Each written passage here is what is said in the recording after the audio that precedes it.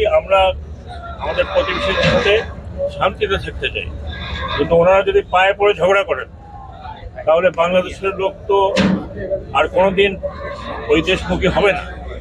এবং ওই দেশের প্রতি যে আমাদের একটা বন্ধুত্ব সুলভ ইয়ে ছিল, এটা খারাপ করছিল না।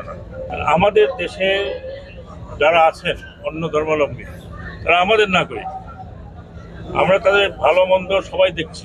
সরকারের কাজই হলো এটা। এখন বিভিন্ন মিডিয়া এবং বিভিন্ন যদি এই ধরনের প্রচার করতে থাকে, আর যদি কেউ ধমকি দিয়ে দেন মিডিয়াতে বাংলাদেশের নিরাপত্তা হুমকির উপরে, নিরাপত্তার উপরে, যা করছেন তা নিজের দেশে করছেন। দয়া করে এগুলো করবেন না। আমরা একটা বন্ধুত্ব ভাবাপন্ন নিয়ে থাকতে চাই, কারণ আমরা আপনারা জিওগ্রাফিক্যাল নেইবার। কিন্তু যদি বাংলাদেশকে এইভাবে হেনস্থা করতে থাকেন, মনে রাখবেন এটা 18 কোটি লোকের দেশ।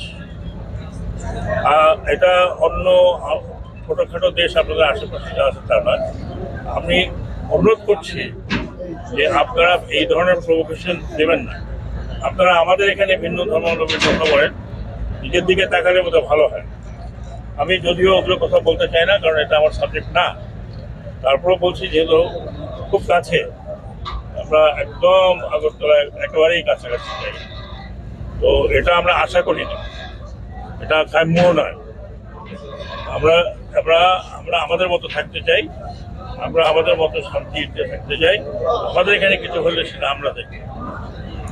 এটাই আমি অনুরোধ করব যে ভারতীয় মিডিয়াদের, বিশেষ করে যদিও গণমাধ্যমেরও একটা